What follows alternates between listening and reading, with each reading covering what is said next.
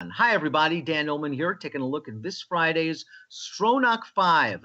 2 races at Laurel, 3 races at Gulfstream Park, guaranteed $100,000 pool in the Stronach 5, 12% takeout, $1 minimum wager, and we kick things off at Laurel, race number 8 with a mile on the turf. And for this video, I'm just going to give you some contenders that I'm looking at, pre-scratches, program changes, weather changes, etc.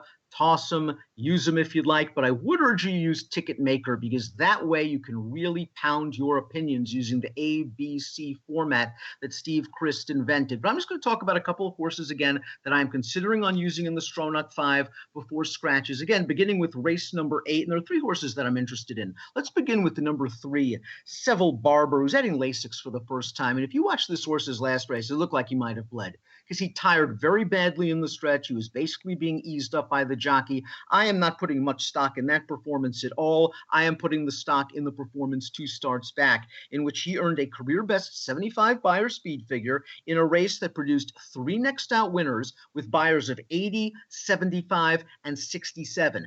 That would get the job done in this race at Laurel Park to kick off the pick 4 on Friday, getting a little drop in class. Alex Cintron riding very well. And again, the all-important Lasix on. The number 6, Gunslinger, is another one that you have to consider. This horse beat Maidens 2 starts back and beat 3 next out winners at Pimlico going a mile. Last time out, they shipped him up to Monmouth, ran for a $40,000 tag. Something went too fast on the early lead, and he just got cooked turning into the lane and tired very, very badly. He may not have to go that fast in the early stages of this race as he takes the needed drop in class, and he could be in a big position to win this turning into the lane. The number 8 is Ten Eyck, and I've always been a fan of Ten Eyck, and if there's a little bit of give in the ground at Laurel on Friday, you might want to consider this horse because he won his only maiden score at Yielding Turf by 8 lengths with a very, very impressive performance, and since then, he's been in tougher races in New York. Now he's going to get a little bit of class relief.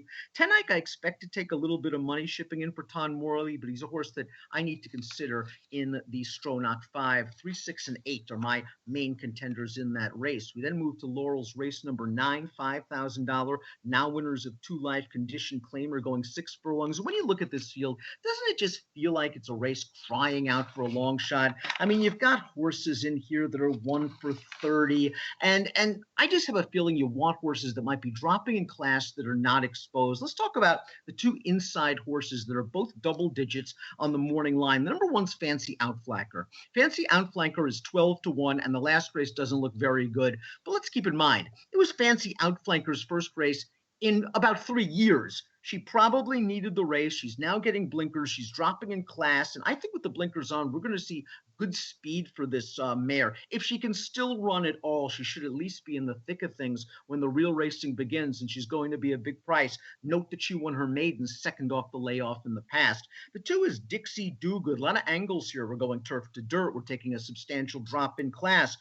Last 2 races on turf, not interested in. The race 3 starts back, sloppy dirt going a mile, not interested in that race.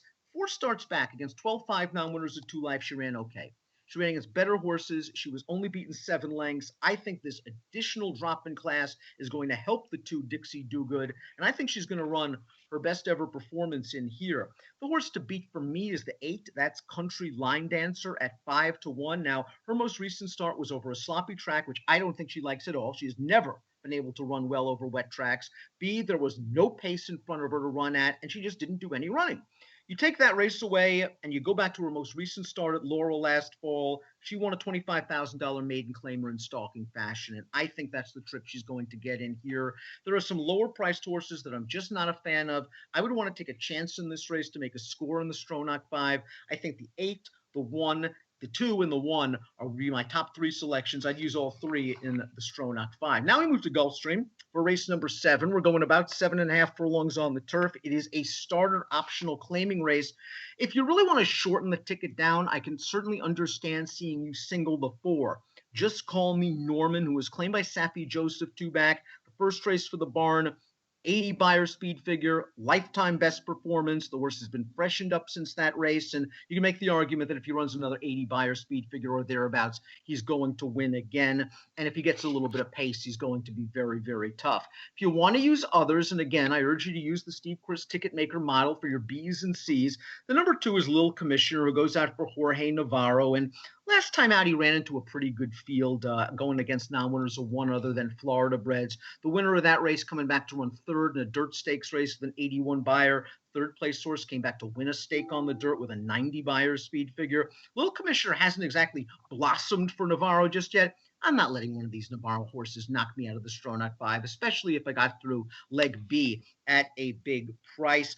Farley, the number 5, is another horse that I might consider using as a backup. The last 2 turf races have been the best 2 races of his career. Ever since they have stretched him back out, since getting him out to the East Coast, he's done very well with a variety of racing styles.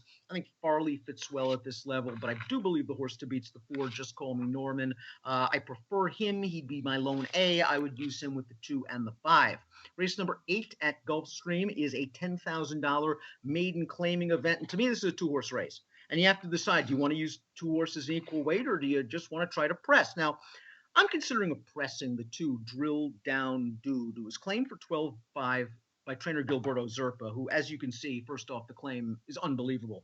Has won almost half of 60 starts over the last year and a half with first off the claim runners.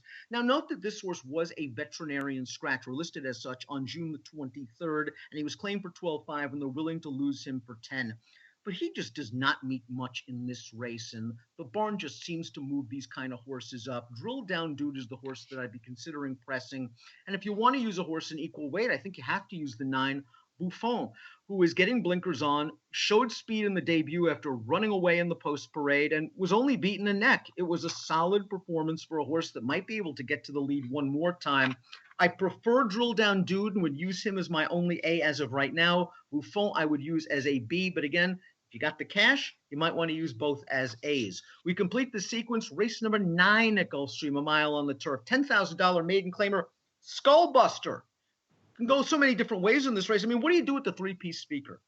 Piece speaker earned an 80 buyer speed figure at Gulfstream 2 starts back. The problem with that was February of 2018. Was claimed by these connections February 22nd of 2018 for $40,000, disappears for a year and a half, and comes back for 10. That is not a good sign at all.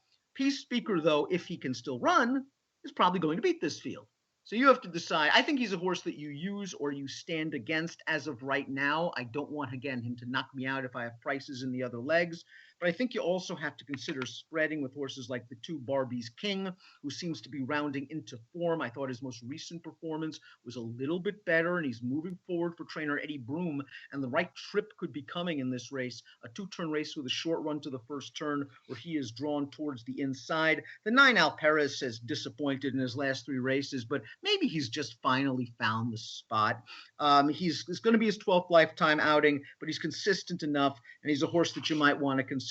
And then the 11, perfect enough for angle players. He's going to get blinkers off here. He's going to move back from dirt to turf, and 3 starts back. That's the race you want to be mindful of. At the 12.5 level, where he only ran third, he got a good trip that day, and it's really all about the trip in this sort of race with this sort of horse. So the 4 contenders I'm going to use, and I'm not even using a Michael Maker first-time starter. He's always very, very dangerous in this race. But I want to use the 2, 3, 9, and the 11.